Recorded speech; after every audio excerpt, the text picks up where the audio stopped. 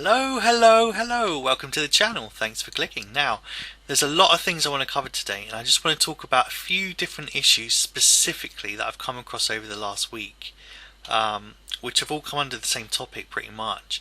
These constant attacks on whiteness are getting more and more overt and intolerable, and quite frankly desperate. Now, this first video I believe is from 2017, but it's been retweeted for the past week on Twitter, and it's the first time I've seen it anyway. It's interesting because the leader of the Black Lives Matter is actually on tape physically assaulting people and stealing the property of a white man, peacefully standing in protest whilst police just walk on by. Here's the clip. We're putting up all the posters, right? All the 4 posters. Yeah, they didn't last long. I'm still here. I'm still here and I'm still standing up for open discussion. Why are you defending it? No Nazis! No Nazis! Shame on you! You're for anything! No platform for racism, no platform for homophobia. This is our borough, fuck off! Little fascist! Yeah, fascist! Shame on you! You little Shame on you! Shame on you! This is our borough, not you! You're not You for don't open represent discussion. my borough! You're anti-Muslims! Anti-Muslim! Shame on you! Come over here, love, stand against him! Yeah! I believe in open discussion with you. No platform, no Nazis! No platform for white supremacy! No platform Shame for on you! white, shame on you! Look at me, white man! It's easy to say that! It's easy to say that as a white man! I believe in open discussion. You believe in a platform for hate, oppression, a platform for hate. May I respond? No, I'm not interested. I believe in open I don't discussion. care what you believe. I believe no Nazis. I was going to say, Open the doors then, if it's open discussion. Open the doors now. Everyone just cover him! Just cover his shit! We don't want you. Go away. You better go! You better go! You better go! Here. We don't want you! You're not welcome here. I will You stand like up. people like you are not welcome here. Go away. Go away.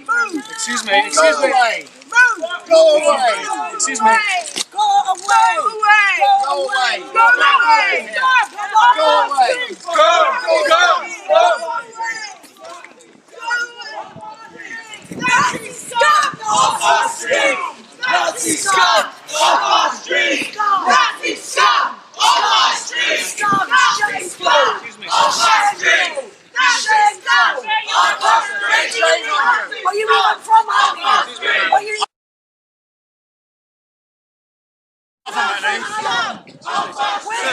Nazi scum off our streets! Nazi scum off our streets? Are you even from Now, unfortunately, I couldn't find much about this video online, so I'm not quite sure what the context of this is here, so I'm going to have to talk about it at face value and as objectively as possible. At the end of the day, what we're seeing here is a citizen standing still in a form of protest with a sign that simply reads, "The right to openly discuss ideas must be defended." This, for some reason, triggers a crazy hate mob to attack him verbally and eventually physically. As I said, I can find no context or history to this video, so I can't comment on what he's doing there, or whether he's actually a Nazi or whatever they're calling him. But at the end of the day, all I see is a man holding up a sign that promotes tolerance and peace, and then a mob subsequently attacking him for it.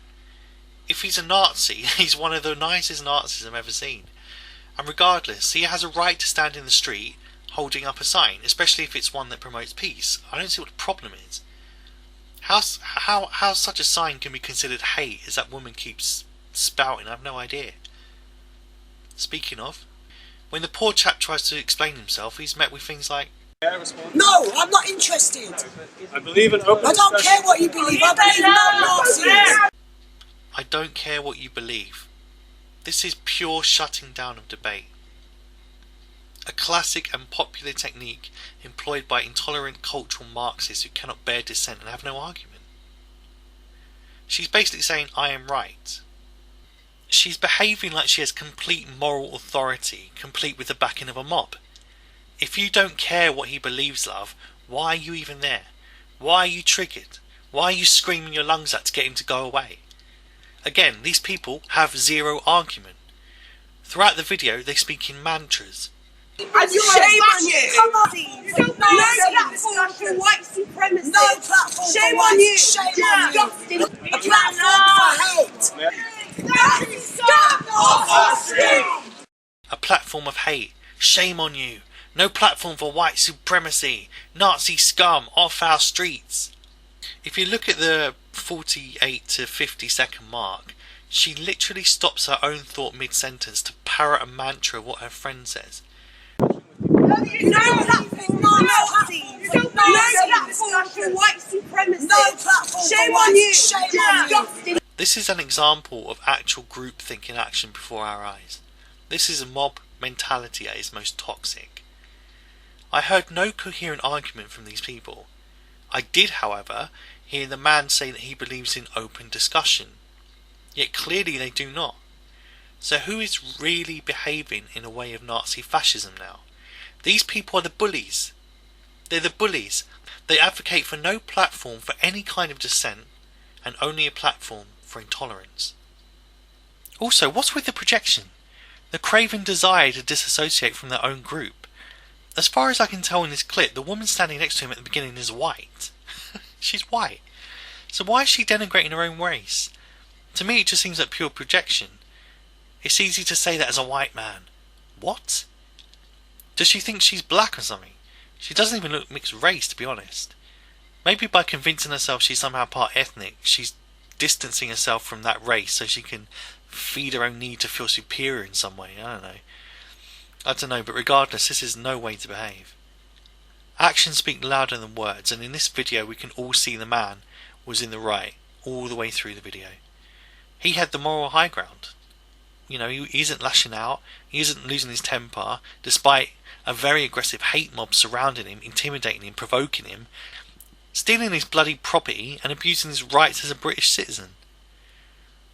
I also think it's telling that the founder of BLM, Gary McFarlane, is the one who initiates the physical confrontation and assault here by trying to take his sign out from under his hands. Yeah, our friend Gary, remember him? Yeah, the guy who went on TalkRadio last month and said he wants all inmates released from prisons and all drugs legalised. Well, let me ask you another question. If you, in your world where there are no police officers, what would you do about the drug gangs in this city?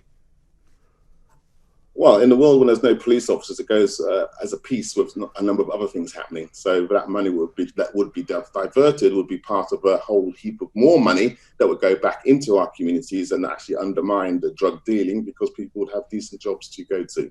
So you actually are that naive that you think people will stop taking drugs? Really? No, we can also. Well, what drugs are you talking about? I personally think they should all be legalised. So you want to legalise all drugs?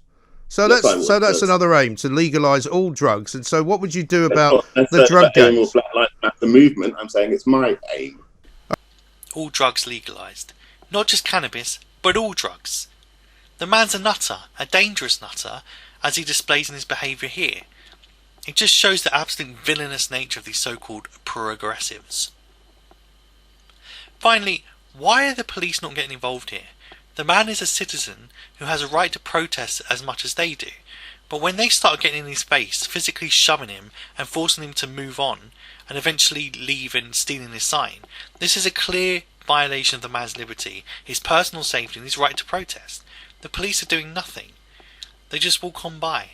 These people are behaving like fascist thugs and the police are doing nothing. Welcome to the UK, I guess. I don't even know how they think white supremacy is even still a thing anymore. White people in 2020 are now some of the most oppressed people in the West. They've taken down our statues, derided our flags, censored our classic TV programmes, redefined the word racist to include power, ignored the decade-long abuses of white girls in Rotherham, and now they're even telling white people who they can and cannot date. They are now trying to go after killing Eve actress Jodie, who up until today could do nothing wrong and was seemingly loved by everyone. Well, today she's committed the outrageous crime of dating a conservative. Yeah, I'm not even kidding. So there we go, folks. You can now be cancelled because of who we are dating. Because our partner votes for a mainstream opposition party. It's not like he votes for BNP or English Defence League and has a shrine to Tommy Robinson on his ceiling. Even if he did that, that's no one else's business anyway. But Republican happens to be the party that won the 2016 election, so pretty clearly it has the backing of the majority of Americans. So how does the minority in that country have the power to cancel and denigrate someone because they hold a majority shared view? It doesn't make sense. So what we have here is essentially the far left instructing us on who we can and cannot love, what kinds of relationships are permissible and with whom. That's a disgrace.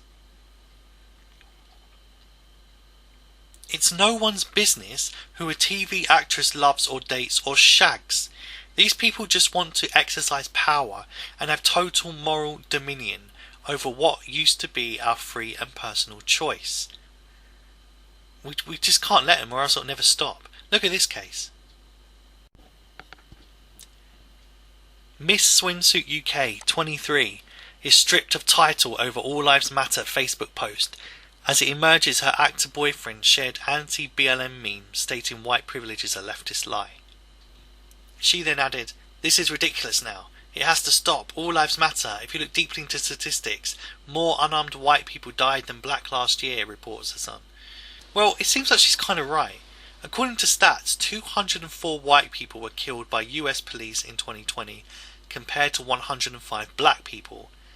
Only 3 years ago, 457 white people were killed compared to 223 black people in 2017. So not only is there a large discrepancy here, but it also shows police shooting fatalities have massively decreased in the past 3 years. So where is the actual justification for Black Lives Matter and the subsequent outrage? Why has this woman been stripped of her title for reading statistics? Oh, guess what? They're Trump supporters. Kel Supri. So I guess they're fair game to have everything torn away from them because they don't buy into the official groupthink narrative being spoon-fed to the bleating sheep of the Western world. So yet again, you go against the Black Lives Matter, the far left narrative, that only Black Lives Matter, then you're a racist bigot who deserves to be deplatformed and everything you have worked for over the years to be taken away from you. Clearly BLM does only mean Black or BAME Lives Matter. Otherwise saying White Lives Matter or All Lives Matter would not be so controversial. Because by ignoring white lives you ignore the Rotherham grooming gang scandal, for which the report into is still not being released, at least at the time of the recording of this video. Finally, I have to address this shit show of a situation that I cannot believe is happening in the 21st century. City of Seattle held segregating training sessions for white staff aimed at undoing their whiteness and told them not to take undeserved promotions to be better allies for racial justice. Right, so first of all, we are now openly bringing back segregation, are we? Like, that's totally a thing we're doing now? Really? The City of Seattle held a segregated training session for white staffers last month, in which they instructed workers on how to undo their whiteness and affirm their complicity in racism. Let that sink in, people. Affirm their complicity in racism. So everyone is guilty and you must accept this. In an email inviting employees to the event, the office asked city employees who identify as white to join this training. Bloody, how does one identify as white? Surely race is an immutable characteristic. Or are we saying that race is simply a feeling now, and in 5 years we can have pigmentation lightening or darkening operations to become transracial? I suppose if you can change sex, then changing race will be the natural continuation of this nonsense. If I were a part of this workforce, right, I would simply just not attend this racist workshop and just say, sorry, I identify as a Jamaican jet ski instructor, and you pointing out that I have white skin is just bigoted racial phobia. But that's not even the worst part of this. Look at this. Another said white staffers must give up the land and their guaranteed physical safety in order to be an accomplice for racial justice. Give up their guaranteed physical safety. Christ alive. I don't even know what that means, but that sounds utterly terrifying. Imagine your boss saying in order to address equality we have to make everyone physically unsafe when they work for us. Like what? What is going on here? What on earth is going on? This is pure indoctrination. Look at the language they're using, right? To be an accomplice. an accomplice for racial justice. That is the language of the guilty that authorities use to judge criminals. Let's just repeat this. The city of Seattle segregate their workers and tell their white staff they need to give up their physical safety, affirm their complicity in racism, and become an accomplice in racial justice. What world are we living in where this is remotely acceptable?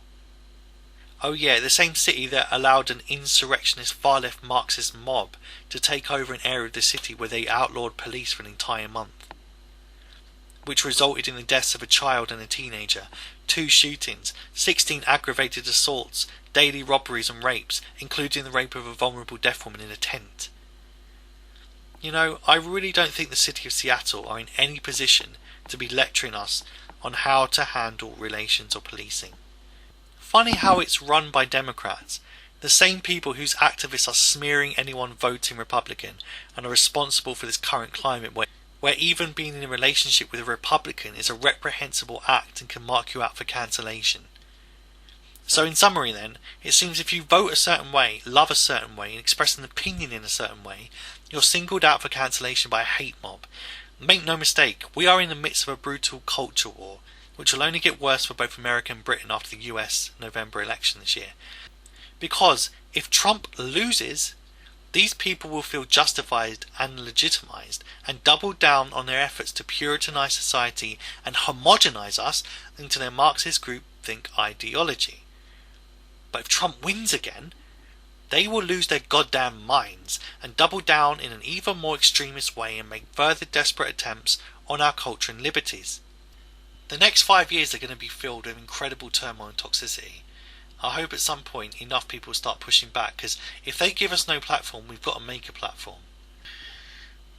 So yeah, I will try and remember to link all these articles in the description box below if you want to check them out further. They're actually quite interesting, and I haven't even gone through the complete nuttiness of them, so I highly recommend you checking them out. But if you like the vid, kindly drop a like, subscribe for more content, hit the bell notification for future videos. See you next time. Watch out for Marxists, because they're bloody everywhere. Oh, and make sure you know who you're shagging, because he could be a secret conservative.